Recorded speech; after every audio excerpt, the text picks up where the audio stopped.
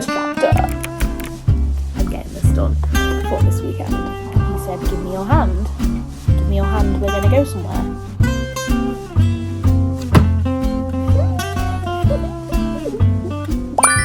Hello and welcome. If you're new here, my name's Yvette. And thanks for tuning in today. Now, I need to pick another book from my bookshelf so you guys can come along and help me. If you haven't seen the last video, I read First Time Caller. So she is back on the shelf now with her little tabs as well. But I'm really not sure what I want to read next. I've got quite a few series that I do need to finish off. Obviously I've got a big chunk of these to read. I don't actually know if I'll carry on reading these. I don't know. Some that I've not started, here and here. So obviously there are quite a few books that are on my list that I could possibly read. So I do need some help choosing.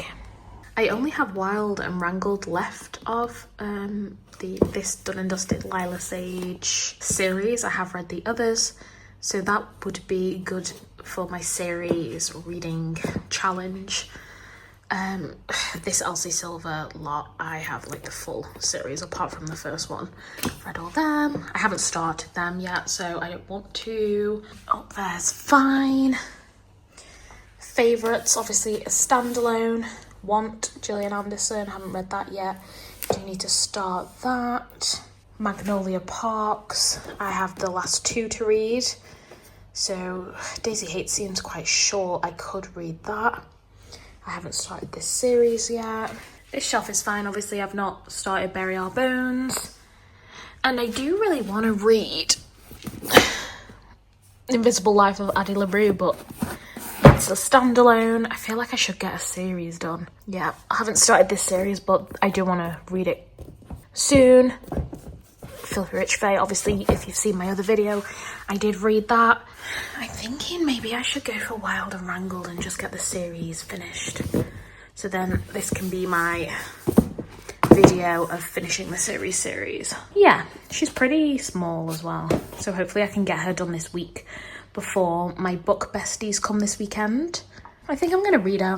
I think that's what I want to do. Let's get started. So now that I actually do have book tabs, I can pick some for this book. Obviously I haven't done the rest of the series with book tabs, but I can do it for this one because who cares?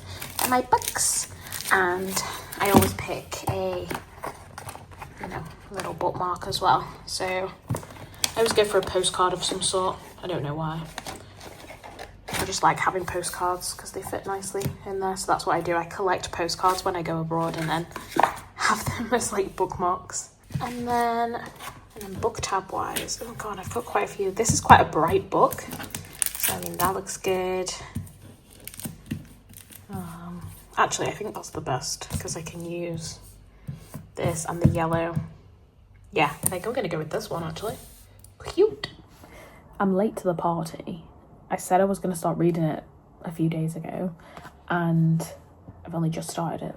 I don't know what's in this book. The first chapter had me hooked. The first chapter had me hooked. I'm not going to pretend this is going to be a spoiler-free vlog because it's not. The way I was sat as soon as she was like, I got left on my wedding day, I was like, holy and locked in. I'm locked in. I'm literally only on chapter 2. I've already highlighted something funny in chapter 2. Camille, we've already met Camille, FMC, who got left at the altar.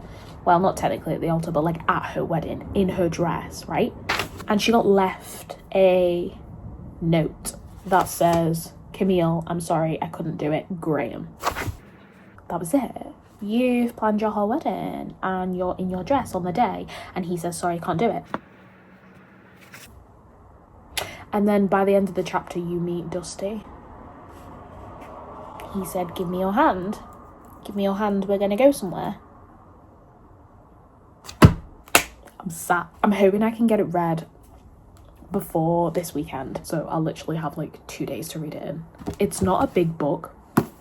It's like 346 pages and the writing's like an okay size. So I'm hoping I can like through it. But I'm already obsessed just by the first chapter. First chapter has me hooked. I don't remember feeling like this about actual Done and Dusted. Obviously I read those last year, so I can't remember what happened. I really need a refresher course on all of those books, because I read Lost and Lassud like recently. Yeah, no, I couldn't tell you what happened in that book. I feel like all cowboys like roll into one. Sorry, not sorry. Cowboy romances roll into one. Sue me. But this one, first chapter.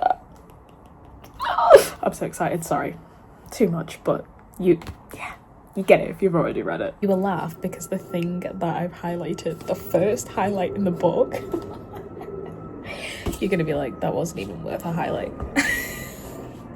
It's Dusty, from Dusty's perspective, and he's basically said, the look on her face made me want to track Greg or Graham or whatever the his name was and kick the shit out of him.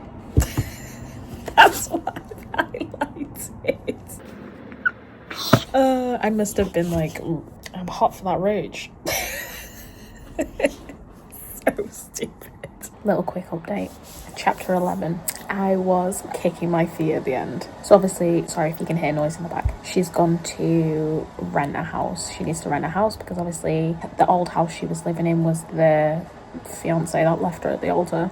Boo. She's looking around at houses. She found a house that some old lady used to own, and she used to visit there a lot, and her and Dusty used to go there like from school and stuff. And so it came up for rent because the lady has been put into a home. So she was like, oh, let me go and like have a look, you know, nostalgia purposes. And she's having a look around and they're telling her what they can do and what she can't do, and you know what she can change. The guy showing them around was like, yeah, and the groundskeeper, he sorts out the, you know, the snow, if there's any snow, and obviously the grounds and the grass and everything like that. And there's a little house on the right edge of the property, but you don't have to worry about it, it's all like included. And she was like, oh great, like who is the person? Of course it's Dusty. So that's where I'm up to. So Dusty is gonna live on the house on the edge of the property. I could see where it was going as I was reading the page, and I was like, it's a new day, and I am still kicking my feet about this book. The last line, I'm just about to start chapter 27. The last line of chapter 26 was, I'll love you until we're dust. Camille Ashwood. Until we're dust.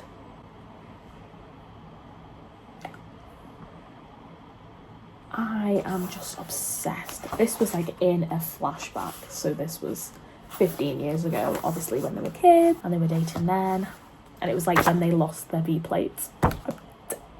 Everything about this book is like making me kick my feet. I'm just obsessed. I think it's something about Lyla Sage writing. Like before I started reading this, I was like rolling my eyes, I couldn't be arsed. I can't believe I've not picked this up before now. Like I said before, the first chapter had me hooked. I was sat, I was ready to read it. I 100% will finish this before Saturday. I was worried I wasn't going to get another book in. And obviously I started it late. When did I start it? Yesterday? Day before? I'm getting this done before this weekend. I really want to read the other books again, but it just feels like a big commitment. But I can't remember what happened. It's kind of annoying when they bring out, you know, if you read them in real time, like of the publication dates, because then you start waiting for the next ones to come out, then you forget in the meantime what happens. So much easier if you're like late to the party like I normally am and the series is already out, because it's like, yeah, I can remember what happened. And this is my issue with me being a mood reader and not reading all the series in one go like my friends do. I forget what happens. It's jokes. But yeah, so far this book is, I'm literally kicking my feet for this book. So I'll keep you updated. Okay, I have officially finished Wild and Wrangled, and let's talk about it, I guess. So this book has left me feeling like I'm like screaming, kicking my feet.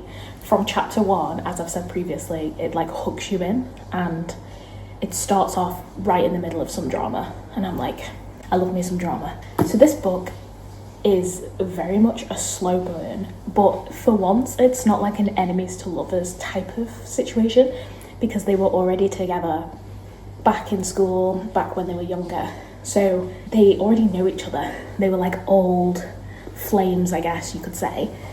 So it was actually quite refreshing and something fun to read. Before I started this, I was like rolling my eyes. I couldn't be bothered. I don't know why. I seem to do that with like a Lyla Sage book. And then when I read it, I really enjoy it. So I'm just like, I don't know why. I need to get that out of my head. But I did highlight bits. I don't know if you can see that very well. But I did highlight just little fun things. Little things as well that some things I liked, like quotes that I liked, but also things that I liked for the characters, if that makes sense. So it's kind of like a mishmash of things, but I'm hoping that if I like flick back through it eventually, I'll remember where I was and what was happening and the storyline to it. So that's what I'm hoping. A few of the quotes are so cute, and I don't know, I'm just in awe of her writing style and the way that I can get fully immersed, because some books I read, I don't go completely mind blind to everything else. But this book, I was like mind blind when I was reading it. So yeah, I finished it this morning and I've rated it 4 stars. I don't think I could have rated it 5. I don't know what was stopping me. I can't really pinpoint. Maybe it was a bit too long. I felt like the last 100 pages weren't really needed. I think it was just carrying on the story to carry on the story. But the rest of it was 10/10. So yeah, I've done 4 stars because obviously on GoodReads you can't do 0.5 of a star or anything. It has to be the full star. So yeah, I've rated it 4 stars, which is still an amazing rating. Like I say, I can't remember the other stories, the other books that I've read. It's been so long, but this is definitely a really big favourite for me. And yeah, I would recommend everybody to read it.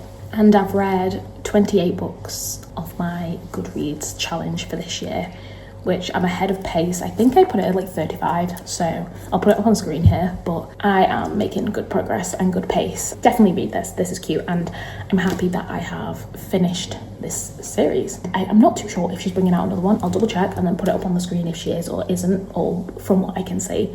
But if this is the last book, this is a good one to finish on. I guess I can finish this video here because I don't really have anything else to say, but I did really enjoy reading this and it didn't put me in a slump. I was fully immersed. So yeah, thank you for joining me today. Please comment below your favourite book from the Rebel Blue Ranch series if you have one, and yeah, please comment and subscribe. Yeah, I'll see you guys next time. Thanks for joining me. Love you lots. Goodbye.